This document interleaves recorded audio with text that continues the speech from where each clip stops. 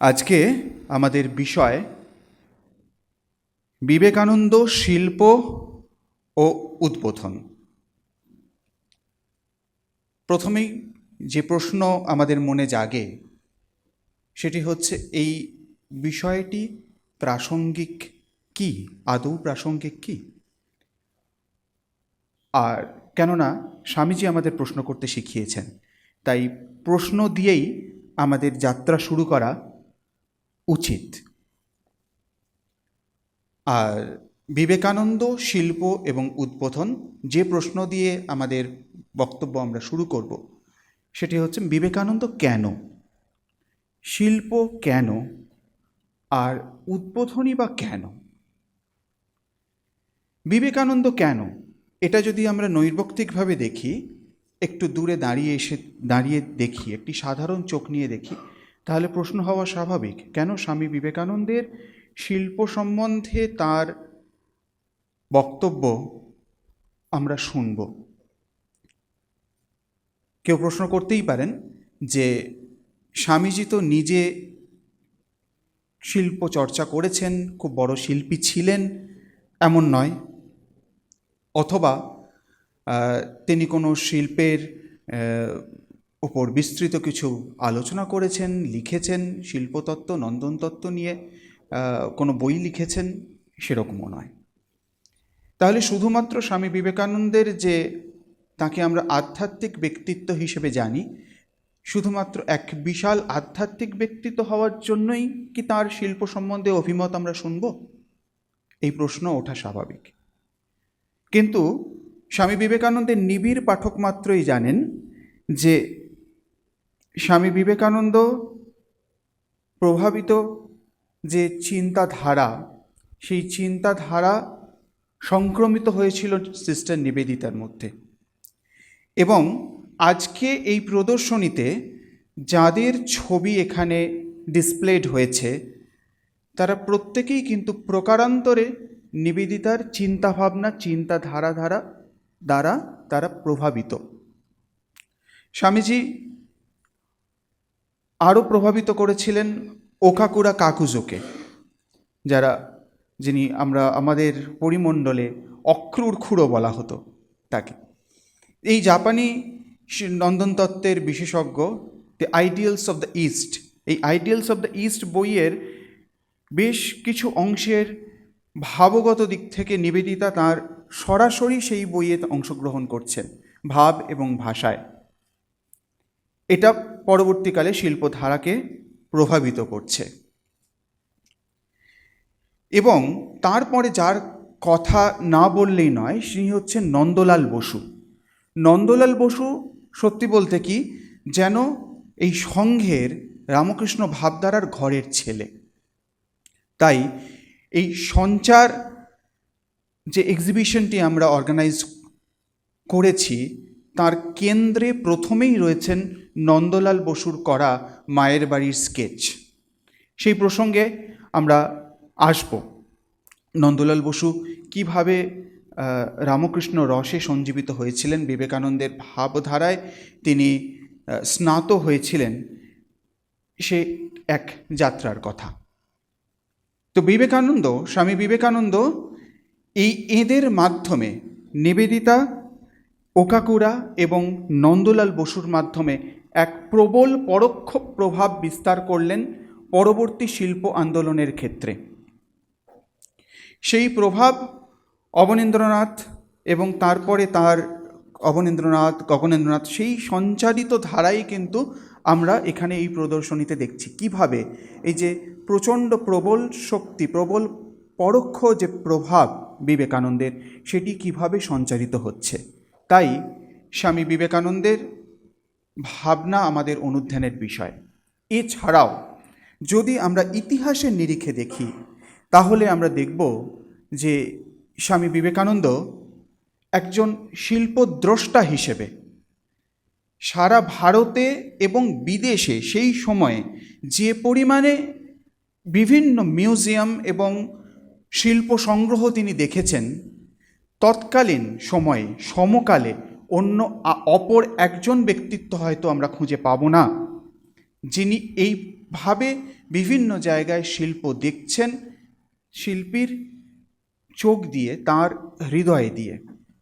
এই দেখা স্বামী বিবেকানন্দকে এমন একটা জায়গায় নিয়ে এসেছিল যে জায়গা থেকে তিনি শিল্প সম্বন্ধে যে কথা বলে গেছেন, যে ভাবনা জন্ম দিয়েছেন, সেই ভাবনা পরবর্তী প্রজন্মের পর প্রজন্ম সংক্রমিত হয়ে চলেছে। এরপরের প্রশ্ন, শিল্প কেন? কেন শিল্পের প্রয়োজন? স্বামী বিবেকানন্দ যে শিল্পের কথা বলছেন সেই শিল্প কিন্তু ভারত শিল্প, ভারত আত্মা। স্বাভাবিক প্রশ্ন হয় যে শিল্পের ভূমি হচ্ছে দ্বৈত ভূমি, যেখানে আমরা সাধারণভাবে মনে করি যে ইন্দ্রিয়ের চরিতার্থতা, অর্থাৎ এটি দৃষ্টিনন্দন হতে হবে, দৃষ্টি সুখ হতে হবে। তো এই দৃষ্টিনন্দন, দৃষ্টি সুখ, এই যে দ্বৈত ভূমিতে যার বিচরণ রয়েছেন, সেখানে একজন অদ্বৈতবাদী সন্ন্যাসী তার ভূমিকা কি থাকতে পারে? কিন্তু এটি আমাদের একটি ভুল ধারণা থেকে জন্ম নেওয়া আরেকটি ভুল ধারণা, যেটি আমাদের চিন্তাভাবনাকে, আমাদের দর্শনকে, আমাদের দৃষ্টিকে প্রভাবিত করছে। তার কারণ, শিল্প শব্দটির যদি আমরা রুটে যাই, সংস্কৃত ভাষা যেন একটা কারখানার মতো।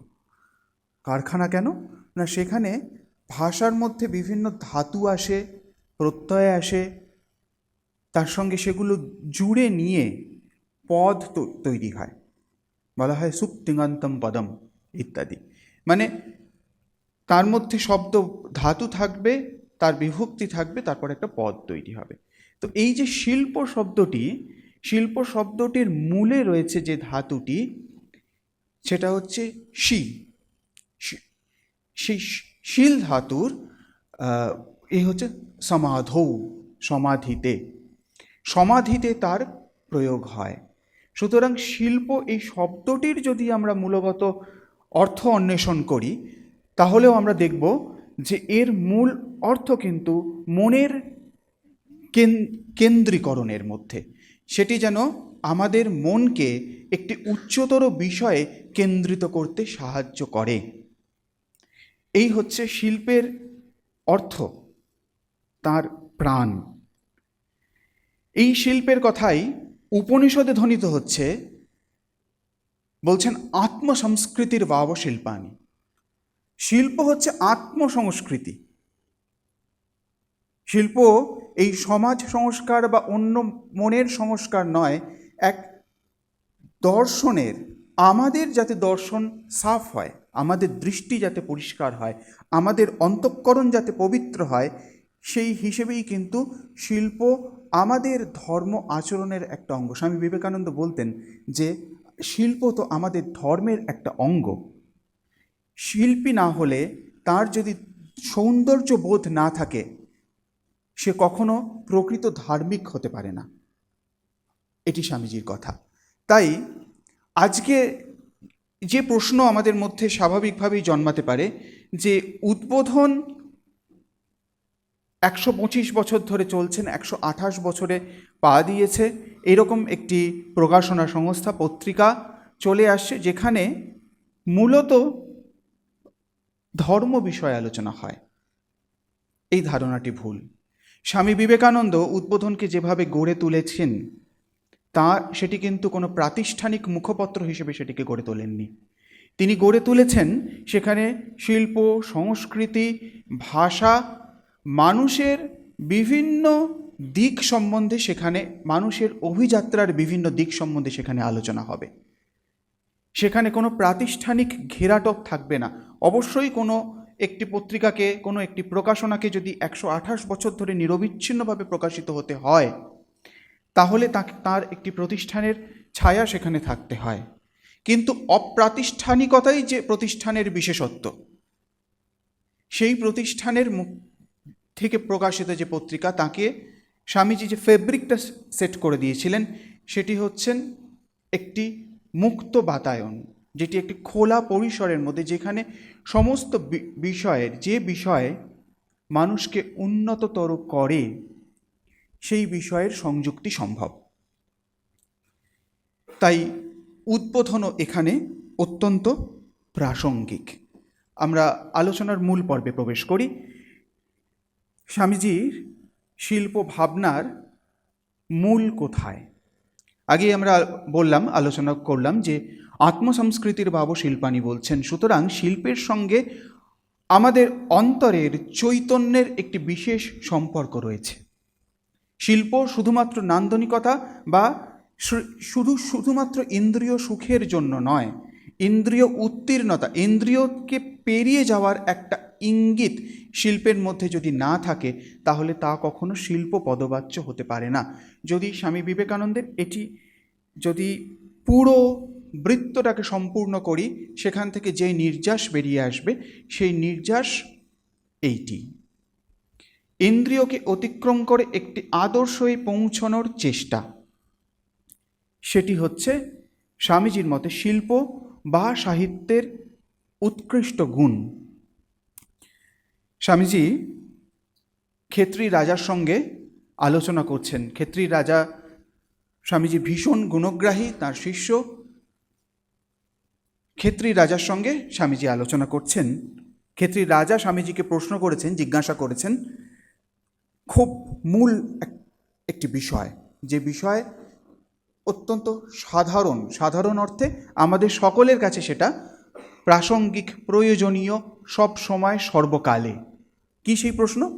প্রশ্ন করলেন, হোয়াট ইজ লাইফ? জীবন কি? কে না জানতে চেয়েছে জীবন কি? তো এই জীবনের সংজ্ঞা স্বামীজি দিচ্ছেন। এটা একটি অদ্ভুত সংজ্ঞা, যার মধ্যে স্বামীজি শিল্প ভাবনা, সাহিত্য ভাবনা, এমনকি ধর্ম ভাবনা, সমস্ত কিছু এর মধ্যে লুকিয়ে রয়েছে। কেননা জীবন বহির্ভূত কিছু নয়। আজকে আমরা জীবিত, আজকে আমরা প্রাণিত, তাই আমরা কথা বলছি, তাই আমরা আলোচনা করছি, এখানে একত্রিত হয়েছি। তার একটি উদ্দেশ্য রয়েছে। তাই স্বামীজির এই জীবন দর্শন তার ধর্মদর্শনের ভিত্তি, তার শিল্প দর্শনের ভিত্তি, তার সাহিত্য দর্শনের ভিত্তি। ক্ষেত্রী রাজাকে বলছেন, অসাধারণ একটা উজ্জ্বল ঝলক এই ভাবনার। Life is the tendency of unfolding and development of a being under circumstances tending to press it down. Under circumstances tending to press it down. আমাদের চারিপাশের পরিবেশ আমাকে চেপে ধরতে চাইছে, আর ভেতরে এমন একজন কেউ রয়েছেন, এমন একটি চৈতন্য রয়েছে, which is trying to unfold, and it is the development of a being. ঠিক আমাদের ওয়েস্টার্ন ফিলোসফিতেও ঠিক এরকম একটি ধারণা রয়েছে, যাকে বলা হয় থ্রোননেস। থ্রোননেস মানে আমরা কিন্তু কেউ নির্বাচন করিনি কোন বাবা মার কাছে আমরা আসব, কোন সমাজে আমরা জন্ম নেব, বা কোথায় আমরা গিয়ে পড়ব আমরা জানি না। এই থ্রোননেস বলে যে we are thrown into a particular situation. আমরা সেখানে যেন আমাদেরকে ছুঁড়ে ফেলা হয়েছে, আর সেখান থেকে আমরা ওঠার চেষ্টা করছি। তার মানে কিছু একটি বিকশিত হওয়ার চেষ্টা করছে, কিছু একটি আনফোল্ড করার চেষ্টা করছে। সেই যে চেষ্টা, এই চেষ্টার অভিব্যক্তি বিভিন্ন জায়গায়, বিভিন্ন ক্ষণে, বিভিন্নভাবেই হচ্ছে। স্বামীজির কাছে শিল্প, উপনিষদের শিল্প, এই অভিব্যক্তিরই নামান্তর। কেননা স্বামীজি বলছেন যে we are not travelling from error to truth, we are travelling from lower truth to higher truth. Lower truth to higher truth, তার মানে আমরা নিম্নতর সত্য থেকে উচ্চতর সত্যের দিকে যাচ্ছি। এই যে অভিযাত্রা, এই যে যাত্রা, এই যে যাত্রার অভিমুখ, নিজের ভেতরের শক্তির উন্মোচন, এই উন্মোচনের মাধ্যম হচ্ছে শিল্প। এই ভাবনায় যদি আমরা স্বামীজির চিন্তাভাবনাকে দেখতে পারি, স্বামীজির শিল্প চিন্তাকে দেখতে পারি, তাহলে কিন্তু অনেক সহজ হয়ে দাঁড়াবে। নন্দলাল বসু যুক্ত আছেন আমাদের সংঘের যেন ঘরের ছেলে। মায়ের বাড়িতে আপনারা গেছেন, মায়ের বাড়িতে যে যে অর্ধনিমিলিত পদ্ম, এই যে পদ্মগুলো দেখছেন এগুলো কিন্তু ওইখান থেকে নিয়ে আসা হয়েছে। যেন অর্ধনিমিলিত পদ্ম, এই পদ্ম উন্মোচিত হতে চাইছে, তার মধ্যে একটি প্রচেষ্টা রয়েছে উন্মিলনের। শ্রী নন্দলাল বসু শরৎ মহারাজ স্বামী শারদানন্দজি মায়ের বাড়িতে ওই ছোট্ট ঘরটিতে বসে লীলা প্রসঙ্গ লিখেছেন, এখানে ছিলেন সঙ্গের প্রথম সাধারণ সম্পাদক, তাঁরই নামাঙ্কিত হলে আজকে আমরা স্বামীজির কথা আলোচনা করছি। তো তার কাছে গেছেন একটি অদ্ভুত প্রশ্ন নিয়ে, বলছেন যে দুটি প্রশ্ন যেটা আমরা ভারত শিল্পী নন্দলালে পাই, মজার প্রশ্ন, যেটা শুনে শরৎ মহারাজও কিছুটা চমকে গেছেন। বলছেন যে একজন চীনা শিল্পী চেরি ফুল হতে চেয়েছে, আর দ্বিতীয় বলেছেন যে আমি একটি ছবি এঁকেছেন, সেটা আমরা দেখাবো, পার্থসারথীর ছবি। তো বলছেন পার্থসারথীর ছবি তো আমরা এঁকেই যাচ্ছি, আমাকে কিছু বলুন, এর ভাব সম্বন্ধে কিছু বলুন। এই দেখুন, ভাবের দিকে তার ইঙ্গিত, ভাবের দিকে তার চাওয়া, ভাবটা কীরকম। এই প্রশ্নটা শুনে শরৎ মহারাজ বেশ ইন্ট্রিগড হয়েছেন, যাকে বলা যায় ইন্ট্রিগড। বলছেন আচ্ছা সত্যি তাই তো, একজন শিল্পী কেন চেরি ফুল হতে চাইবে? বিষয়টা শুনে একটু চাইল্ডিশ মনে হতে পারে, কিন্তু এর মধ্যে এক গভীরতর ইঙ্গিত রয়েছে। শরৎ মহারাজ বললেন সত্যিই তো, চৈতন্য দিয়েই শিল্প, চৈতন্য নিয়েই শিল্প। শিল্পী চেরি ফুল হতে চেয়েছে, চেরি ফুল তো আর শিল্পী হতে চায়নি। তার মধ্যে তার যে চৈতন্যের বিকাশ, সে এই বিবিধ পথে সেই স্রষ্টাকে, তার নিজেকে খুঁজে পাওয়ার চেষ্টা করছে, বিভিন্ন প্রতিফলন প্রকৃতিতে দেখার চেষ্টা করছে। শিল্পীর এই প্রচেষ্টা রয়েছে, কিন্তু চেরি ফুলের সেই প্রচেষ্টা নেই বলে সে শিল্পী নয়। এটা এক অদ্ভুত কথা।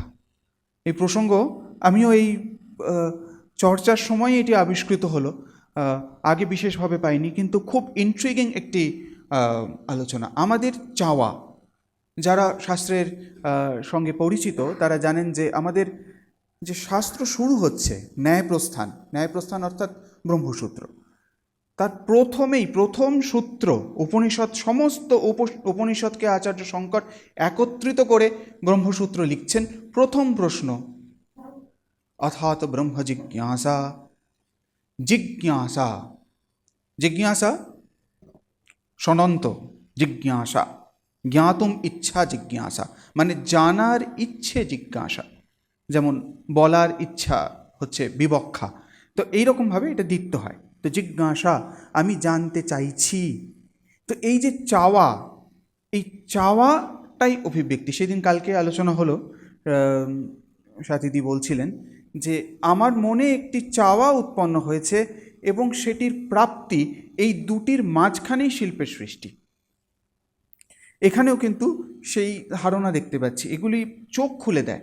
এই আমরা তো বহুবার দেখেছি, এই আলোচনার পরিসরে এটা প্রতিভাত হলো বলা যেতে পারে, যে নন্দলালের এই উন্মিলিত পদ্ম, উন্মিলনশীল যেটি ফুটছে এইরকম পদ্ম, তার মধ্যে যেন এই আকুতিটা ধরা পড়ে। এই কথাটা খুব লীলা প্রসঙ্গের প্রসঙ্গ এলো। লীলা প্রসঙ্গে অত্যন্ত গভীর বই, কিভাবে যে শরৎ মহারাজ অত্যন্ত কোলাহলের মধ্যে লিখেছেন এই শ্রীরামকৃষ্ণের অদ্ভুত জীবনী। শ্রীরামকৃষ্ণের জীবনী বলাটা হয়তো একটু ভুল হবে, কেননা তথাকথিত যে জীবনীর আঙ্গিক রয়েছে, তার যা স্ট্রাকচার রয়েছে, সেইভাবে বইটা লেখা হয়নি। বইটা শ্রীরামকৃষ্ণ অন্তর্জগতের কথা লেখা হয়েছে। তো সেখানে শরৎ মহারাজ বলছেন, পার্থসারথীর প্রসঙ্গটা আমরা মিস করে গেছি, ওখানে ফিরে আসছি। তো সেখানে একটি প্রসঙ্গের কথা বলছেন, স্বামীজির সঙ্গে কথোপকথন হচ্ছে, সাহিত্য, ভালো সাহিত্য কী? এগুলো খুব ফান্ডামেন্টাল কোয়েশ্চেন, কিন্তু এই প্রশ্নগুলো কিন্তু আমরা ভাবি না এগুলো নিয়ে, বা এগুলোকে ডিফাইন করার চেষ্টা করি না, কিভাবে সেটা হওয়া সম্ভব। এটা একটি ধোঁয়াশার মধ্যে থাকে। এটি স্বামীজি অদ্ভুতভাবে শিল্প থেকে সাহিত্যের প্রসঙ্গে এলাম, এই তার কারণ রয়েছে, কেননা এই গতি, এই জিজ্ঞাসা, এই বিবক্ষার কথা কিন্তু সাহিত্যে যেভাবে ধরা হচ্ছে সেটি অন্য মাধ্যমে শিল্পে ধরা হচ্ছে। সেখানে বলছেন বহু কথার মধ্যে স্বামীজির সঙ্গে একটি বন্ধু, তার বন্ধুর কথোপকথন হচ্ছে, তার আলোচনা হচ্ছে। বলছেন, যতদূর মনে আছে সেই বন্ধু ভাবপ্রকাশক রচনাকেই সাহিত্য শ্রেণীভুক্ত করিবার পক্ষ আমাদিগের বন্ধু অবলম্বন করিয়াছিলেন, স্বামীজি ছাড়া যিনি ছিলেন, এবং যুবক অর্থাৎ স্বামীজি ওই পক্ষ খণ্ডনপূর্বক তাহাকে বুঝাইতে প্রয়াস পাইয়াছিলেন যে, খুবই গুরুত্বপূর্ণ কথা, সু বা কু যে কোনো প্রকার ভাব যথাযথ প্রকাশ করিলেও রচনা বিশেষ যদি সুরুচি সম্পন্ন হয় এবং কোনো প্রকার উচ্চাদর্শের প্রতিষ্ঠাপক না হয়, তাহা হইলে উহাকে কখনোই উচ্চাঙ্গ সাহিত্য শ্রেণী মধ্যে পরিগণিত করা যাইতে পারে না। যেভাবেই সেটি বর্ণিত হোক না কেন, তার ইঙ্গিত যদি একটি আদর্শের প্রতি না থাকে, ওই আদর্শ কি আদর্শ? যদি উপনিষদের দিকে দেখি, স্বামীজির কথায় আমরা নিজেই তার আদর্শ, সেই আদর্শ আমাদের ভেতরেই রয়েছে, সেই আদর্শকে আমরা খুঁড়ে খুঁড়ে বের করছি। তো সেই আদর্শের দিকে যদি আমরা দৃষ্টি না থাকে, তাহলে যে কোনো ভাব প্রকাশক কোনো সাহিত্যকেই সুসাহিত্য বলা যেতে পারে না। অথচ অন্যতর বিষয়ও যদি আলোচিত হয়, সেটি হয়তো আলোচনার ঢং তত মনোগ্রাহী নয়, কিন্তু তার ইঙ্গিত একটি উচ্চতর দিকে রয়েছে, তাহলে তাকে উচ্চতর সাহিত্য এবং একইভাবে উচ্চতর শিল্প বলা যায়। এখানে দুটি কথা বলেছেন, এগুলি সবই আমাদের চিন্তার রসদ। এগুলি নিয়ে বহুদিন চিন্তা করলে সেখানে সেই মনন থেকে যদি কিছু মধু নিংড়ে আসে।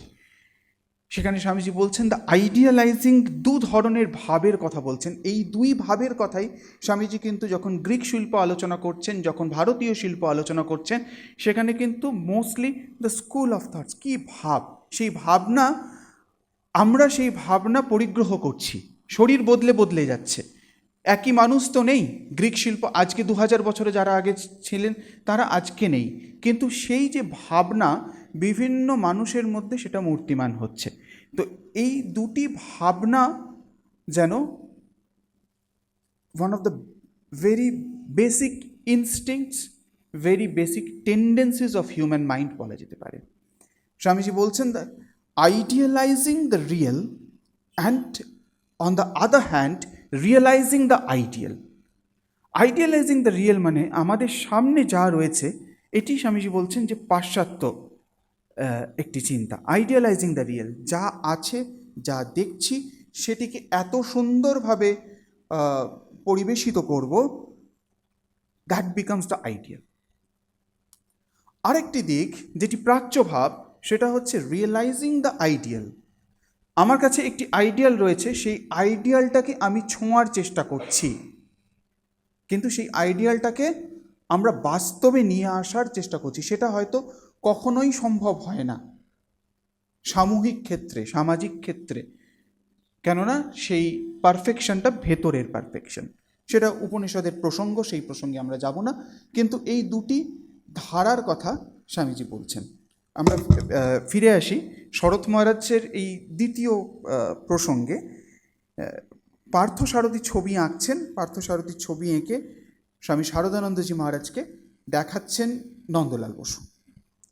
ছবিটা একটু মনোযোগ দিয়ে দেখলে এই হচ্ছে সেই ছবি। একটু দেখতে অসুবিধা হচ্ছে, কিন্তু আমরা বড় স্ক্রিনের ব্যবস্থা করতে পারিনি। তো সেই ছবিতে দেখা যাচ্ছে যে শ্রীকৃষ্ণ পার্থসারথী, ছবিটার নাম পার্থসারথী।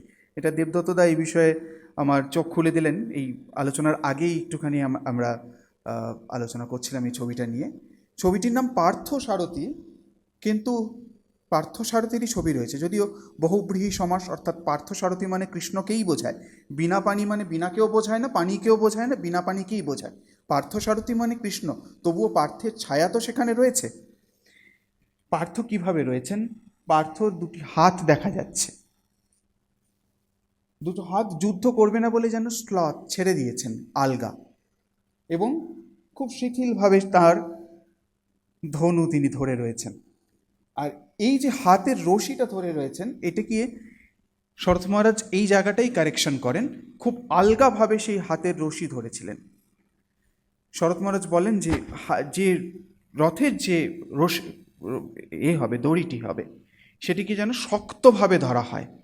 তার কারণ রথ এর পশ্চাতে হয়তো স্বামী শারদানন্দজির এই ভাবনা কাজ করে থাকতেই পারে।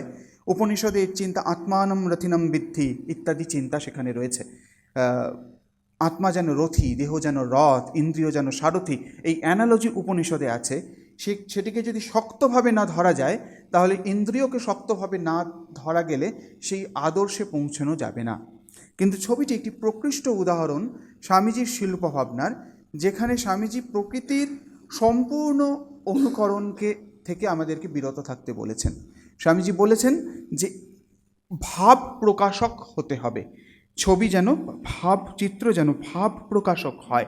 কোনো ভাবের ব্যঞ্জক যদি ছবি না হয়, তাহলে কিন্তু সেই ছবি, সেই শিল্পের, সেই ভাস্কর্যের কোনো অর্থ ভারতীয়দের কাছে নেই। যে কথা, এটি হচ্ছে মূল তত্ত্ব যেটা পরবর্তীকালে প্রবাহিত হয়েছিল। সেই বিষয়ে একটা অপ্রিয় কথা হতে পারে অনেকের ক্ষেত্রেই, কিন্তু এটি যেহেতু স্বামী বিবেকানন্দ সম্পর্কিত আলোচনা এবং কোনো দ্ব্যর্থহীন ভাষায় স্বামীজি এখানে তার মত অভিব্যক্ত করেছেন, সুতরাং আমাদেরকে সেই বিষয়ে আলোচনা করতেই হবে। স্বামীজি যখন পরিব্রাজক সময় তিনি রবি বর্মার ছবির সঙ্গে পরিচিত ছিলেন। পরবর্তীকালে তিনি যখন লিখছেন, তিনি কিন্তু এই বিষয়ে কোনো অ্যাম্বিগুইটি থাকতে পারে না, কোনো দ্ব্যর্থ থাকতে পারে না। তিনি সরাসরি সমালোচনা করছেন রবি বর্মার ছবি। তিনি বলছেন, প্রাচ্য ও পাশ্চাত্যে স্বামীজি বলছেন, ওদের অর্থাৎ ইউরোপীয়দের নকল করে একাত্তা রবি বর্মা দাঁড়ায়। তাদের চেয়ে দিশি চালচিত্রী করা পোটো ভালো, তাদের কাজে তবু ঝকঝকে রং আছে। ওসব রবি বর্মা চিত্রী দেখলে লজ্জায় মাথা কাটা যায়, বরং জয়পুরের সোনালী চিত্রী আর দুর্গা ঠাকুরের চালচিত্রী প্রভৃতি আছে ভালো। এখানে কোনো দ্ব্যর্থ নেই যে রবি বর্মার ছবি, অর্থাৎ ইউরোপিয়ান স্টাইলে যে ছবিগুলি তিনি এঁকেছেন, সেটিকে স্বামীজি অ্যাপ্রুভ করছেন না। স্বামীজি অ্যাপ্রুভ করছেন বরঞ্চ আমাদের দেশীয় ঘরোয়া পদ্ধতিতে আঁকা দুর্গার চালচিত্র। জয়পুর, রাজস্থানের স্থাপত্যের তিনি খুব প্রশংসা করতেন। সেই রাজস্থানের স্থাপত্য তিনি তার প্রশংসা করেছেন। সেখানকার ভাব, বলতেন কলকাতার বিল্ডিংগুলো দেখ, এর মধ্যে কোনো ভাব নেই, কিন্তু রাজস্থানের যে সমস্ত বিল্ডিং রয়েছেন তার মধ্যে একটা ভাব স্পষ্ট যেন সেখানে দেখা যায়। এই আলোচনা ধরে কেউ যেন এটা না মনে করেন যে স্বামীজি শুধুমাত্র ভারতীয় শিল্পকে, এই দেশীয় শিল্পকে ন্যাশনালিস্টিক, শুধুমাত্র একটি ভূখণ্ড এবং রক্ত এর মাধ্যমেই একটি শিল্পকে ডিফাইন করেছেন বা সাহিত্যকে ডিফাইন করেছেন। স্বামী বিবেকানন্দের মতো বিরাট মানুষ, যিনি মুক্ত ঘুরে বেরিয়েছেন ইউরোপের বিভিন্ন দেশে, বিভিন্ন ভারতবর্ষের বিভিন্ন প্রদেশে তিনি ঘুরে বেরিয়েছেন এবং শিল্প সৃষ্টি দেখেছেন, তার কাছে এরকম সংকীর্ণ কোনো মনোভাব থাকা সম্ভব ছিল না। একটি প্রসঙ্গে আসব, খুব গুরুত্বপূর্ণ সেখানে সেই প্রসঙ্গ। তার আগে আমরা একটুখানি দেখে নিতে পারি যে স্বামীজি যে এই শিল্পভাবনা, তার মধ্যে শিল্পভাবনার বিবর্তনও কিন্তু দেখা যায়। এক জায়গায় তিনি বলছেন যে গ্রিক শিল্পকে প্রশংসা করছেন, যেখানে মানুষের অবয়ব ভাস্কর্যে ফুটে উঠছে, সেখানে কিন্তু তিনি গ্রিক শিল্পকে এগিয়ে রাখছেন। কিন্তু তারপরেই যখন দেখা যাচ্ছে যে তার ভাবনার ফ্লুইডিটিটা দেখার মতো, তার যে কিভাবে বিবর্তিত হয়েছে, ঠিক যেমন আমরা পাশ্চাত্য দর্শনের ক্ষেত্রে দেখতে পাই যে উইটগেনস্টাইন বা লেটার উইটগেনস্টাইন একদম আলাদা, সম্পূর্ণ আলাদা একজন মানুষ। স্বামী বিবেকানন্দের ক্ষেত্রেও কিন্তু এরকম স্ট্যান্ড দেখা যায়। সেক্ষেত্রে স্বভাবতই দাগিয়ে দেওয়া যায় যে স্ববিরোধ এটি নয়, এটি হচ্ছে একটি অভিযাত্রা, চিন্তার এবং অত্যন্ত সৎভাবে সেই চিন্তার বহিঃপ্রকাশ। সেখানে সততার কোনো ঘাটতি ছিল না এবং সেক্ষেত্রে পরবর্তীকালে তিনি যে মতামত রাখছেন এবং সেইভাবেই প্রবাহিত হচ্ছে পরবর্তী ধারা, সেই ধারাকেই স্বামী বিবেকানন্দের মত হিসেবে আমরা গ্রহণ করব। সেই বিষয়ে আলোচনা করব। একটু দেখে নেওয়া যাক স্বামীজি কোথায় গেছিলেন। স্বামীজি পরিব্রাজক অবস্থায় যেমন 1893 আগে সারা ভারতবর্ষ ঘুরে বেড়াচ্ছেন, সেখানে বিভিন্ন জায়গায় বিভিন্ন মন্দির গাত্রে যে খোদিত যে সমস্ত ভাস্কর্য রয়েছে সেগুলিকে দেখছেন। অন্যান্য জায়গায় যেমন রবি বর্মার চিত্রের সঙ্গে সেই জায়গায় তখন পরিচিত হয়েছে, বিভিন্ন ধরনের চিত্র ভাস্কর্য তিনি দেখছেন। দিল্লিতে গেছেন, দিল্লির কেল্লা, কুতুব মিনার, ওল্ড দিল্লি, সেখানে দেখছেন। তাজমহল দেখছেন। তাজমহল স্বামীজির খুব প্রিয় স্থাপত্যের মধ্যে একটি। শিল্পী প্রিয়নাথ সিংহ, যাকে স্বামীজি সিঙ্গি বলতেন, তার বাল্যবন্ধু, সেখানে স্বামীজির শিল্প সম্বন্ধীয় চিন্তাভাবনার অনেক কিছু সেখানে পাওয়া যায়। তিনি বলছেন যে তাজমহল যেন প্রতিটি পাথর নিংড়ালে যেন রয়্যাল লাভ টস করে পড়ে, এটি স্বামীজির কথা। তো স্বামীজি দেখছেন, তখন তাজমহল দেখছেন। তারপর 1898 সালে যখন সিস্টার নিবেদিতার সঙ্গে যাচ্ছেন জম্মু কাশ্মীর, সেখানে গিয়ে পান্ড্রেনথান বলে এক স্থানে গেছেন। পাণ্ডবদের স্থান, হয়তো সেখান থেকে পান্ড্রেনথান হয়েছেন। সেখানে নিবেদিতাকে বোঝাচ্ছেন। এখানে আমরা বুঝতে পারি কিভাবে স্বামীজির শিল্পভাবনা নিবেদিতার মাধ্যমে পরবর্তী প্রজন্মের মধ্যে, অন্যদের মধ্যে সংক্রমিত হলো। সেটা বোঝা যায় যে শিল্পদৃষ্টি কীভাবে স্বামীজি নিবেদিতাকে শেখাচ্ছেন, দেখাচ্ছেন যে ওই পান্ড্রেনথান, ওইখানে কাশ্মীরে যে 4টে যুগ, সেটা আমরা অজন্তা এলোরাতে যারা গেছেন, এলোরাতে আমি গেছি, সেখানে দেখা গেছে যে কীভাবে কেভসগুলো বিভিন্ন সময়ে, বিভিন্ন রাজাদের সময়ে, বিভিন্ন রাজত্বের সময় সেগুলি পরিবর্তিত হয়েছে সেগুলি। ঠিক সেরকম সেখানে দেখা যাচ্ছে, কাশ্মীরে দেখা যাচ্ছে সর্প পূজার একটা যুগ ছিল, সর্প পূজা রয়েছে। তারপরে বৌদ্ধ যুগ এলো, সেখানে সূর্য চিহ্নিত চক্র বা পদ্ম, এই ধরনের মোটিভস দেখা যাচ্ছে। হিন্দু যুগে দেখা গেল সূর্যমূর্তি, এবং পরবর্তীকালে মুসলমান আক্রমণে অনেক কিছু ভাঙা হয়েছে, অনেক কিছু পাওয়া গেছে, এবং কিছু ছাপও সেখানে রয়ে গেছে। তো সেইগুলি স্বামীজি দেখাচ্ছেন, সিস্টার নিবেদিতাকে এক এক করে দেখাচ্ছেন কিভাবে ওই প্রিমিটিভ যে আইডিয়াস থেকে পরবর্তীকালে বৌদ্ধ সময়ের স্থাপত্য স্বামীজি ভীষণ পছন্দ করতেন। সেই সময় শিল্পের যা বিকাশ হয়েছে, স্বামীজি বলতেন ভারতবর্ষে ওই রকম শিল্প বিকাশ বোধহয় অন্য কোনো সময় হয়নি, এটি স্বামীজির নিজস্ব মত ছিল। তো সেই বৌদ্ধ যুগের শিল্প সৃষ্টি দেখিয়ে তারপরে হিন্দু যুগের যে সমস্ত সূর্য দেবতা ইত্যাদি, তার চোখে মনে হয়েছিল অত্যন্ত স্থূল। সেই স্থূল শিল্পের দিকে নিবেদিতার দৃষ্টি নির্দেশ করে দেখাচ্ছেন যে কিভাবে সেটা স্থূলত্ব প্রাপ্তি হয়েছে। এই যে কালের যে পরিধি, সেটাকে নিবেদিতাকে দেখতে শেখাচ্ছেন, শিল্পের চোখ খুলে দিচ্ছেন। ঠিক একই ধরনের স্বামীজির চিন্তাভাবনা আমরা দেখতে পাই। স্বামীজি বিভিন্ন জায়গায় যাচ্ছেন, চীনে যাচ্ছেন, জাপানে যাচ্ছেন। জাপানে গিয়ে তার শিল্প এত ভালো লেগেছে, জাপানি শিল্প, তিনি বলছেন যদি আমার কাছে পয়সা থাকতো, ভাগ্যিস পয়সাগুলো আগে ব্যাংকে পাঠিয়ে দেওয়া হয়েছে, যদি থাকতো তাহলে জাপানি শিল্প কিনে আমি ভারতে ফিরে চলে আসতাম, আর আমেরিকায় যাওয়া আর আমার হতো না। মানে তিনি নিজেকে সামলাতে পারতেন না। তো জাপান সম্বন্ধে যখনই কথা বলতেন, সেই জন্য এখানে জাপানের শিল্পেরও অন্তর্ভুক্তি হয়েছে। তো জাপান শিল্প স্বামীজির ভীষণ প্রাণের জিনিস ছিল। আমেরিকায় যাচ্ছেন, চার্লস ফ্রিয়ার, তিনি বিভিন্ন শিল্প সংগ্রহ করেছেন। এখানেও যেমন বিভিন্ন সংগ্রাহকদের, আমাদের জয়ন্তবাবু আছেন, সেরকম সংগ্রাহকদের কাছ থেকেই সমস্ত শিল্প সামগ্রী উঠে এসেছে। ঠিক চার্লস ফ্রিয়ার এরকম তখনকার দিনে শিল্প সংগ্রাহক ছিলেন, তার কাছে গিয়ে তিনি দেখছেন। প্যারিসে গেছেন, লুভার মিউজিয়াম দেখছেন, রসিকতাও করছেন, ভিনাস ডি মিলো দেখছেন। ভিনাস ডি মিলো দেখে বলছেন, হেল ভগিনীদের লিখছেন মেরি হেলকে, যে ইসাবেল ম্যাককিনলি বলে একজন অ্যামং দ্য হেল সিস্টার্স, তার মতো দেখতে ভিনাস ডি মিলোকে, এরম রসিকতা করছেন। মানে তার পত্রের মধ্যে এগুলো পাওয়া যাচ্ছে। ঠিক লুভারে গেছেন, লুভারে গিয়ে পরবর্তী সময়ে তিনি দেখাচ্ছেন যে লুভারে গেলে বোঝা যায় যে কিভাবে এই গ্রিক শিল্প 3টে পর্যায়ে বিভক্ত ছিল। এই 3টে পর্যায়ের মধ্যে যে প্রথম পর্যায়, অর্থাৎ খ্রিস্টপূর্ব 776 অব্দের পর্যন্ত, যেটা মিসেনি শিল্পের কাল বলা হয়, সেই সময়ে স্বামীজি একদম স্পষ্ট দেখতে পাচ্ছেন যে ভারতীয় চিন্তাভাবনার ছাপ সেখানে দেখা যায়। পাশ্চাত্য দর্শনেও আমরা দেখেছি যে আমরা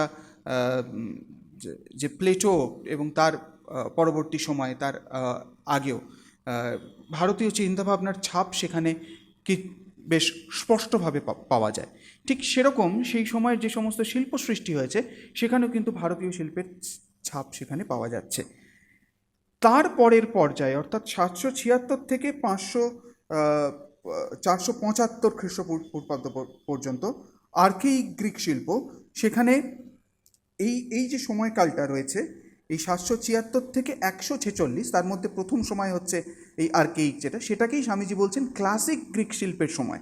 সেখানে মূর্তিগুলো স্টিফ, জীবন্ত নয়, দাড়িগুলো খোঁচা খোঁচা এবং ঠোঁটগুলো অল্প ফাঁক করা, যেন সবসময় হাসছে, এরকম একটা শিল্প সেখানে ছাপ রেখে গেছে। স্বামীজি কীরকম অদ্ভুত শিল্পদৃষ্টি নিয়ে দেখছেন, কেন স্বামীজিকে আলোচনা করব, কেন স্বামীজির কথা শিল্প বিষয়ে আমাদের ধ্যানের বিষয় এখান থেকে বোঝা যায়। লুভার মিউজিয়াম অনেকেই দেখছেন, কিন্তু এইভাবে দেখছেন না, বিবেকানন্দের দৃষ্টিতে দেখছেন না। চুলদারিগুলো সরলরেখা, আর বস্ত্রগুলো ড্রেপিং নয়, এরকম ঝুলে পড়ছে না, গায়ে যেন জড়ানো রয়েছে বস্ত্রগুলো। 475 থেকে 323 এটাও সব থেকে ফ্লারিশ করছেন, বলছেন এই যে গ্রিক ভাব, যেখানে অঙ্গ সৌষ্ঠব অত্যন্ত সুন্দরভাবে দেখা যাচ্ছে, তার মানুষের মূর্তি, তার মধ্যে প্রপোর্শন অত্যন্ত পরিষ্কার, এই যে গ্রিক শিল্প স্থাপত্যের যুগ, সেটা এই 475 থেকে 330 ক্লাসিক গ্রিক শিল্প, যেখানে এথেন্সের সময়, সম্রাট আলেকজান্ডারের এথেন্সের সময় থেকে সম্রাট আলেকজান্ডারের মৃত্যু পর্যন্ত, সেই সময় চরম উন্নতি হয় এবং বিধিবদ্ধ কোনো প্রণালী থেকে গ্রিক শিল্প যেন বেরিয়ে আসতে চেষ্টা করে, এটা স্বামীজি লক্ষ্য করছেন। এবং তারপরে ওই ক্ষয়িষ্ণু সময় শুরু হয় 323-এর পরে, যে সময় প্রকাণ্ড শিল্প তৈরি হয়, জাঁকজমক বেড়ে যায়, সিম্পলিসিটি কমে যায়, এবং একটা মাত্র পদ্ধতির মাধ্যমে বা মাধ্যমের মধ্যে সেটা যেন সীমাবদ্ধ হতে থাকে। তো এই কাল, যেমন এই শিল্পদৃষ্টি যেমন নিবেদিতাকে দেখাচ্ছেন ওই পান্ডেনসনের মন্দিরে গিয়ে, আবার সেই একইভাবে একই দৃষ্টিতে তিনি কিন্তু লুভার মিউজিয়াম দেখছেন। তাই যে প্রসঙ্গ আমরা করছিলাম যে ভারতীয় ভাবনা এবং পাশ্চাত্য ভাবনা, তো এই যে স্বামীজির ভাবনা, শিল্প বিষয়ক ভাবনা, সেটি কিন্তু অত্যন্ত শুধুমাত্র কোনো একটি ভৌগোলিক ক্ষেত্র বা শুধুমাত্র জাতীয়তার মধ্যে সেটা কিন্তু সীমাবদ্ধ ছিল না। স্বামীজির চিন্তাভাবনা প্রসারিত হয়েছিল, সেই ভাবনা যেখানে বিকশিত হয়েছে, যেখানে প্রস্ফুটিত হয়েছে, সেটি স্বামীজির প্রিয়, অত্যন্ত প্রাণের জায়গা। সেরকমই শিল্পী রণদাবাবুর সঙ্গে আলোচনা হচ্ছে।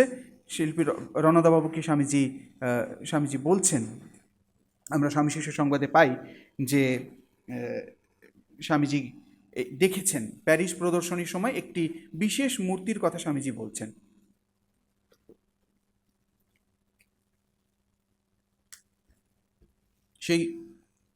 সেই মূর্তির ছবি ছাপা হয়েছিল এবং সেটি স্বামীজির ভীষণ পছন্দ হয়। কেন পছন্দ হয় সেটা স্বামীজি বলছেন আর্ট আনভেইলিং, ছবিটির নিচে লেখা ছিল আর্ট আনভেইলিং নেচার, নিশ্চয়ই ফ্রেঞ্চে লেখা ছিল। আর্ট আনভেইলিং নেচারে দেখা যাচ্ছে একজন শিল্পী একটি ভাস্কর্য তৈরি করছেন। শিল্পী যে ভাস্কর্য তৈরি করছেন সেখানে একটি স্ত্রী মূর্তি দেখা যাচ্ছে, প্রকৃতি দেবী, প্রকৃতি। স্বামীজি বলছেন যে এইভাবে সে দেখছে, আর তার মুখের পর্দা, তার এক হাতে, ডান হাতে ছেনি যেটি তার জানুতে রয়েছে, আরেক হাতে তার মুখের উন্মোচন করছেন, আবরণ উন্মোচন করছেন। আর উন্মোচন করার সঙ্গে সঙ্গে ওই যে ডায়নামিক ভাবটি ধরা হয়েছে সেখানে দেখছেন, এবং সঙ্গে সঙ্গে তিনি বিমোহিত হয়ে গেছেন, ওই অবস্থায় স্থির হয়ে রয়েছেন। ছবিটি যদি একবার আমরা দেখি তাহলে এই ছবিটির কথা স্বামীজি বলছেন। শিল্পী তৈরি করছেন, হাতে রয়েছে তার শিল্পযন্ত্র রয়েছে, এবং তার সঙ্গে এই দেবী মূর্তি উন্মোচন করছেন, তার বাঁ হাত দিয়ে এটাকে তুলে ধরছেন, এবং সঙ্গে সঙ্গে যেন বিমোহিত হয়ে তিনি স্তব্ধ হয়ে গেছেন। একই জায়গায় স্থিরতা, স্থৈর্য এবং ডায়নামিজমকে তিনি ধরছেন, শিল্পী ধরছেন। দেখুন, একটি আপাদমস্তক পাশ্চাত্য শিল্প, পাশ্চাত্য ভাস্কর্য, কিন্তু স্বামীজি এই শিল্পের, বিশেষ করে এই শিল্পের প্রশংসা করছেন। কেন প্রশংসা করছেন? তার কারণ এর মধ্যে একটি ভাব প্রকাশিত হয়েছে। স্বামীজি রণদাবাবুকে বলছেন, এই রণদাবাবু কিন্তু খুব ইন্টারেস্টিং, এইগুলো এমনভাবে এই বিপ্রতীপ বিষয়গুলো জুড়ে রয়েছে, সেটার আবিষ্কার কিন্তু একটা খুব মধুর বিষয়। তো ঈশ্বরদাবাবুকে বলছেন যে এইরকম কাজ আপনারা করুন যেখানে একটি ভাবের বিকাশ হয়, শিল্পে যেন সেই শুধুমাত্র প্রকৃতির অনুকৃতি নয়, ভাবের একটি বিকাশ সেখানে দেখা যায়, কোনো একটি ভাব, আইডিয়া। তো সেক্ষেত্রে মনে হয় যে সেই শুধুমাত্র ভাব প্রকাশ করতে গিয়ে যে সমস্যাগুলি হয়, সেই সমস্যাগুলির কথাও স্বামীজি কিন্তু বলছেন। স্বামীজি বলছেন যে যে গ্রটেস্ক হয়ে যায়, যে এই শুধুমাত্র আবার এই ভাব প্রকাশ করলে কিন্তু শিল্পের সেই মর্যাদা পায় না, সেই ইট must B tied to the nature. তো নেচার, এটি দিয়ে আমরা আলোচনার শেষ পর্বে এই আলোচনা আনবো বলে ভেবেছি, এটি সেখানে নিয়ে যাবে। প্রসঙ্গে উল্লেখ করে রাখি যে এটি খুব গ্রটেস্ক হয়ে যায় বা খুব অদ্ভুত বা কিম্ভূত কিমাকার হয়ে যায় যদি শুধুমাত্র ভাবের প্রকাশ করতে যাই, যেটা ভারতীয় শিল্পের একটি অপগুণ বলা যেতে পারে, স্বামীজি যেরকম বলছেন। তাই উদ্বোধনের জীবনোদ্দেশ্য স্বামীজি কি নির্ধারিত করেছিলেন? স্বামীজি বলেছিলেন উদ্বোধনের জীবনোদ্দেশ্য হচ্ছে এই প্রাচ্য এবং পাশ্চাত্যের মেলবন্ধন। এই প্রাচ্য ভাব এবং পাশ্চাত্য ভাবের মেলবন্ধন কিন্তু উদ্বোধনের উদ্দেশ্য। তাই এই জায়গায় উদ্বোধন কেন, উদ্বোধনের কি ভূমিকা, সেই ভূমিকা আমরা দেখতে পাই স্বামীজির এই শিল্পভাবনা থেকে, যেখানে শুধুমাত্র প্রকৃতির অনুকৃতি হচ্ছে না, ফটোগ্রাফিক চিত্র হচ্ছে না, ভাবের প্রকাশ হচ্ছে এই রকম চিত্র, কিন্তু শুধুমাত্র ভাবের প্রকাশ হচ্ছে যেখানে প্রকৃতির সঙ্গে কোনো সংযোগই নেই, সেই রকম শিল্প কিন্তু আমাদের কাম্য নয়। তাই এই দুই ভাবেরই আমাদেরও গ্রিক শিল্পভাবনা থেকে কিছু নেওয়ার রয়েছে, আমাদের দেওয়ারও রয়েছে। এই দেওয়া নেওয়ার মধ্যস্থলে উদ্বোধনের অবস্থান। রণদাবাবু সম্পর্কে কিছু প্রসঙ্গ করে আমরা উদ্বোধন প্রসঙ্গে আসি। রণদা প্রসাদ দাশগুপ্ত, স্বামীজি যে ভাবনা বা আমরা যে ভাবনা এখানে ধরার চেষ্টা করেছি, যেটি অবনীন্দ্রনাথ থেকে শুরু হলো এবং তারপরে তার মাধ্যমে যেটি সঞ্চারিত হলো, সেখান থেকে বেরিয়ে আসা একজন মানুষ। তিনি জুবিলি আর্ট একাডেমি তৈরি করলেন। ইবি হ্যাভেল যখন এই সিস্টার নিবেদিতা প্রভাবিত, ইবি হ্যাভেলের সঙ্গে কথা হচ্ছে, পরস্পরকে প্রভাবিত করছেন, যেটি শুধুমাত্র এই ভাবের প্রবাহ যে সরল রৈখিক তা নয়, সেটি কখনো আবর্তে প্রবাহিত হয়েছে, এগুলি হয়েইছে। তো ইবি হ্যাভেল যখন চাইছেন যে দেশীয় রীতিতে এই আর্ট কলেজে শিল্প শিক্ষা হবে, তখন যারা বেরিয়ে এসেছিলেন তাদের প্রকৃষ্ট মুখ ছিলেন এই রণদা প্রসাদ দাশগুপ্ত। এই রণদা প্রসাদ দাশগুপ্তের সঙ্গেই পরবর্তী সময়ে স্বামীজি এই বিষয়ে অবগত ছিলেন কি ছিলেন না, সেটা আমরা স্বামী শিশু সংবাদে পাই না। কিন্তু রণদা প্রসাদ দাশগুপ্ত এই জুবিলি আর্ট একাডেমি তৈরি করছেন, স্বামীজির সঙ্গে তার শিল্প বিষয়ে আলোচনা হচ্ছে এবং তিনি স্বামীজিকে খুব অ্যাপ্রিসিয়েট করছেন, স্বামীজির অত্যন্ত গুণগ্রাহী। স্বামীজির শিল্প সম্বন্ধে যে আলোচনা হচ্ছে, সেই আলোচনা রণদা প্রসাদের সঙ্গে খুব ভিভিডলি পাওয়া যায়। একটি বেলুড় মঠের নকশা, আসলে এত বিস্তৃত বিষয় যে স্বল্প সময়ের মধ্যে সব কিছু আলোচনা করা সম্ভব নয়, তবুও কয়েকটি বিষয় রূপরেখা বা শুধুমাত্র টাচ করেই আমাদেরকে এগিয়ে যেতে হবে। সেটা হচ্ছে এই আর্ট আনভেলিং নেচারের কথা রণদাবাবুর সঙ্গে হয়। প্রিয়নাথ সিংহ সেখানে ছিলেন। প্রিয়নাথ সিংহ এই কথা তার স্বামীজীয় শিল্প প্রবন্ধে উল্লেখ করছেন। মূল যে কথা তার সঙ্গে আলোচনা হয় এবং যেটা আমাদের বিশেষভাবে নজর দেওয়া প্রয়োজন, সেটি হচ্ছেন ওদেশ এবং এদেশের শিল্পের মধ্যে কি পার্থক্য স্বামীজি দেখাচ্ছেন। রণদাবাবুর সঙ্গে আলোচনা হচ্ছে, রণদাবাবু কিন্তু ওয়েস্টার্ন মেথড অবলম্বন করেই ইবি হ্যাভেলের সঙ্গে, ইবি হ্যাভেলের থেকে ওই মুভমেন্ট থেকে বেরিয়ে এসে নিজের মতো জুবিলি আর্ট একাডেমি করেছিলেন। কয়েক দশক সেটা পেরিয়েছে, দেবদত্তদা এনারা এই বিষয়ে আরও ভালো বলতে পারবেন। তাকেই কিন্তু এই প্রাচ্যভাবের কথা স্বামীজি বলছেন। স্বামীজি বলছেন এদেশ ওদেশের মধ্যে তফাৎ কি দেখলেন, স্বামীজি ঘুরে এসেছেন, দেখে এসেছেন, তাই শিল্পীর একটা জানার ইচ্ছে হয়েছে। বলছেন প্রায় সবই সমান, অরিজিনালিটি প্রায় দেখতে পাওয়া যায় না। ওই সব দেশে ফটো যন্ত্রের সাহায্যে এখন নানা চিত্র তুলে ছবি আঁকছে। তখন ক্যামেরা এসেছে, ক্যামেরা তুলে সেই ছবি আঁকছে, ছবি দেখে দেখে চিত্র আঁকছে।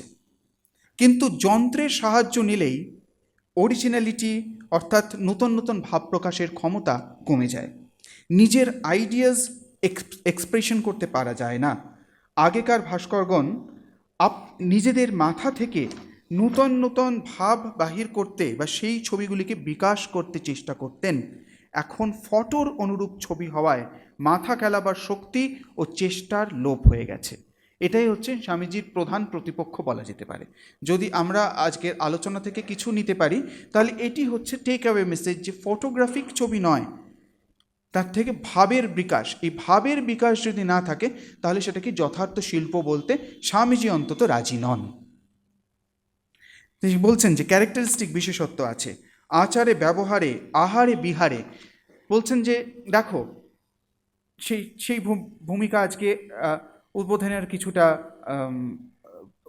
আমরা নিয়ে আসার চেষ্টা করছি। সেখানে দৈনন্দিন বলছেন ওদের হচ্ছে ওয়েস্টের কথা বলছেন, ওদের হচ্ছে ইউটিলিটি, আমাদের হচ্ছে আর্ট। উদাহরণ কি দিচ্ছেন, বলছেন গ্লাস আর ঘটি। তো গ্লাসে বেশি আর্ট রয়েছে না ঘটিতে বেশি আর্ট রয়েছে?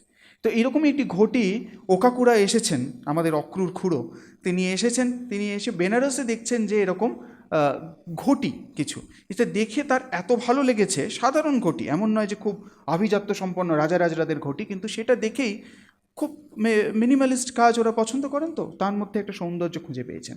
কিন্তু সেটা তো ওই মাটির তৈরি, দেশে নিয়ে যাওয়া যাবে না। তো ওকাকুরা জন্য স্বামীজি ওটাকে বলছেন যে স্বামীজি একজনকে দিয়েছেন, যিনি শিল্প একটি ছেলেকে দিয়েছেন ওকাকুরাকে ঘুরিয়ে মন্দির ইত্যাদি ঘুরিয়ে দেখাবেন।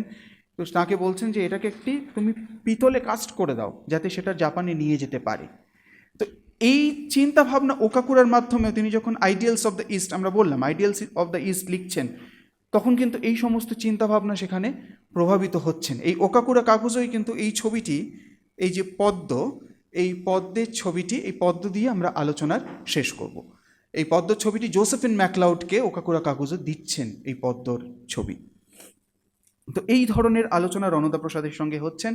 স্বামীজি এই রামকৃষ্ণ মিশনের যে এমব্লেম, সেই এমব্লেম কিন্তু রণদা প্রসাদকে ব্যাখ্যা করে জানাচ্ছেন যে তরঙ্গায়িত জল কিসের প্রতীক, হংস কিসের প্রতীক, সর্প কিসের প্রতীক, সূর্য, এই যে চার যোগের সমন্বয়ে পরমাত্মাকে পাওয়া যায়। কিন্তু আশ্চর্যের বিষয় রণদাবাবু এটিকে প্রথমত ধরতেই পাচ্ছেন না এবং ওটার সম্বন্ধে কিছু বুঝতেই পারছেন না। তাই যে প্রতীক বা ইঙ্গিতময় যে শিল্প, এই প্রতীকী, এই বিষয়টা সম্পর্কে তখনকার দিনে তিনি কিন্তু খুব পরিচিত ছিলেন না, এই ভাবটির সঙ্গে পরিচিত ছিলেন না। সেটা তাদের কথোপকথন থেকেই বোঝা যাচ্ছে।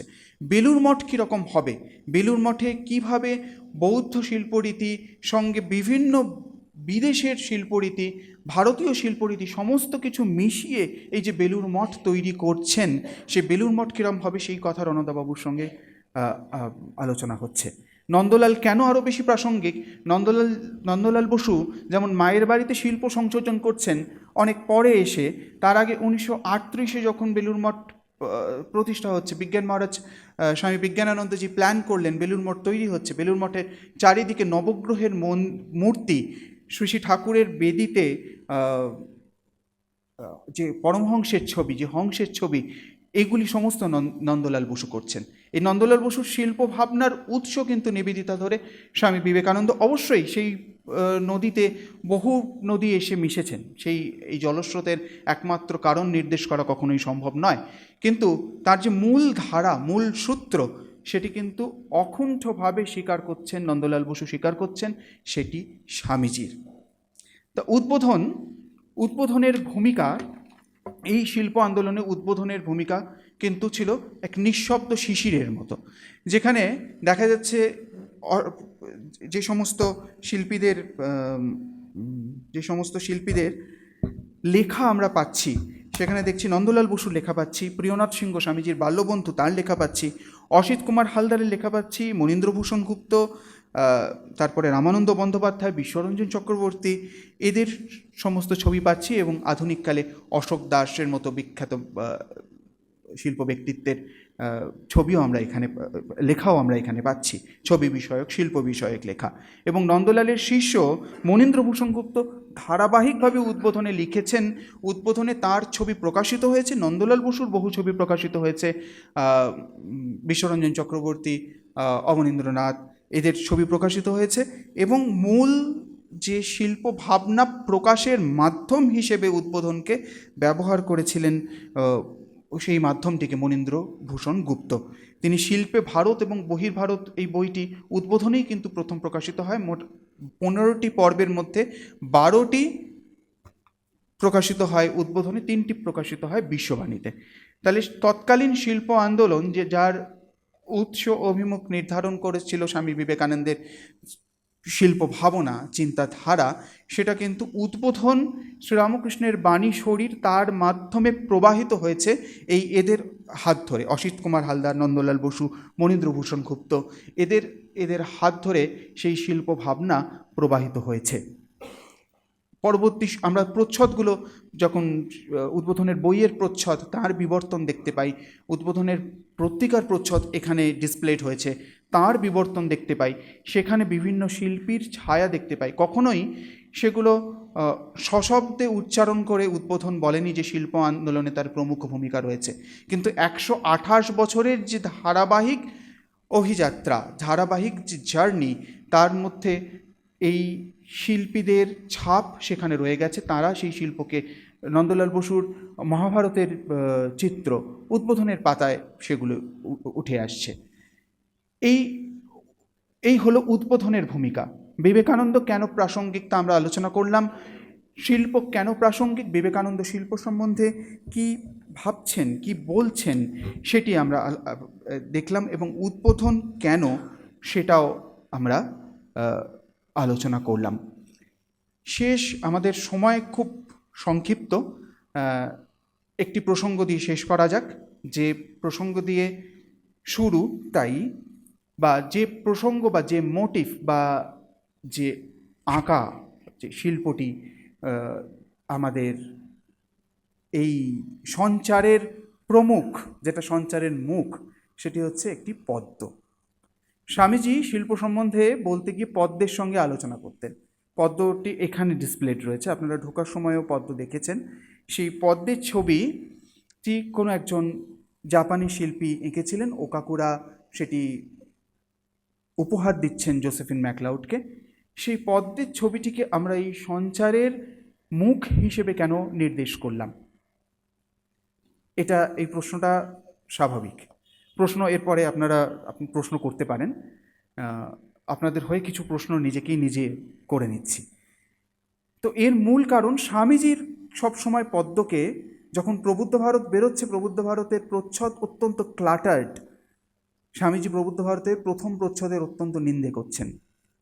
তিনি সেখানে সাজেস্ট করছেন প্রবুদ্ধ ভারত, প্রবুদ্ধ বা উদ্বোধন যেখানেই প্রস্ফুটিত হচ্ছে, যেখানে প্রকাশিত হচ্ছে, যেখানেই ওই যে জীবনের সংজ্ঞা আমরা দেখেছিলাম, যে একটি শক্তি চেপে ধরার চেষ্টা করছে, আরেকটি শক্তি সেটিকে প্রকাশিত করার চেষ্টা করছে, তার এই যে বিবক্ষা বা জিজ্ঞাসার প্রতীক হিসেবে এই পদ্ম রয়েছেন।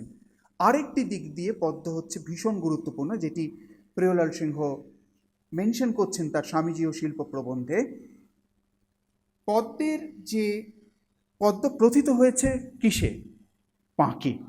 তাকে বলা হয় পঙ্কজ, পঙ্কজ শব্দ, এটাকে যোগরূঢ় শব্দ বলা হয়। পঙ্কজ শব্দ, পঙ্কে জন্মগ্রহণ করে, যা পঙ্কে জন্মগ্রহণ তো পোকাও করে না, পঙ্কজ শব্দ পদ্মকেই নির্দেশ করে। পঙ্কে যা জন্মগ্রহণ করে, এবং তার একটা রূঢ় অর্থ রয়েছে, পঙ্কজ মানে আমরা পদ্ম বলে জানি।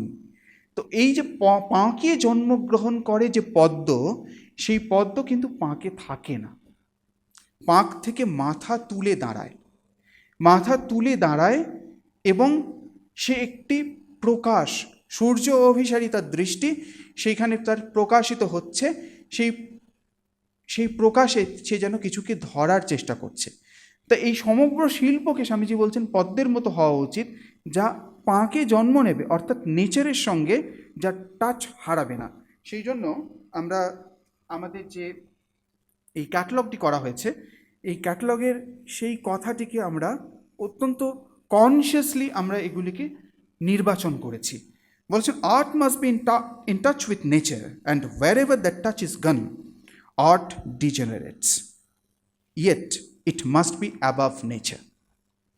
পদ্মের স্বভাবটাই তাই। পদ্ম ওই art is in touch with nature, সম্পূর্ণ প্রকৃতি বিরুদ্ধ, প্রকৃতি থেকে অতিক্রমী কিছু নয়। প্রকৃতির ভাব তার মধ্যে রয়েছে, কিন্তু প্রকৃতির বাইরেও কোনো একটি উচ্চতর ভাবকে প্রকাশের প্রচেষ্টাও তার মধ্যে রয়েছে। স্বামীজির পরিভাষায় শিল্পের ডেফিনেশন এই পদ্ম। আর এই পদ্ম এখানে দেখুন সেই জীবনটিকে আমরা, যে জীবনের কথা ধরে আমরা আলোচনা শুরু করেছিলাম, সেই জীবনটি যেন এই পদ্মের মধ্যে আমরা ধরার চেষ্টা করেছেন শিল্পী। একটি অর্ধপ্রস্ফুটিত কুঁড়ি রয়েছে ওপরে, একটি পূর্ণ প্রস্ফুটিত পদ্ম রয়েছে তার মাঝখানে, আরেকটি পদ্ম যেন ঝরে পড়ছে। এই জীবনের পুরো সাইকেলটাকে, জীবনের পুরো আবর্তকে শিল্পী ধরার চেষ্টা করেছেন বলে আমাদের মনে হয়। তাই নন্দলাল বসু লিখছেন, তার তলায় অ্যানোটেট করা রয়েছে, সেখানে লিখছেন পদ্ম ঝরা ও পদ্ম ফোটার কাহিনী। এই কাহিনী আমাদের সকলেরই কাহিনী, আমার আপনার সকলের কাহিনী। স্বামীজির শিল্পের মূর্ত বিগ্রহ হচ্ছে এই পদ্ম। ধন্যবাদ, নমস্কার।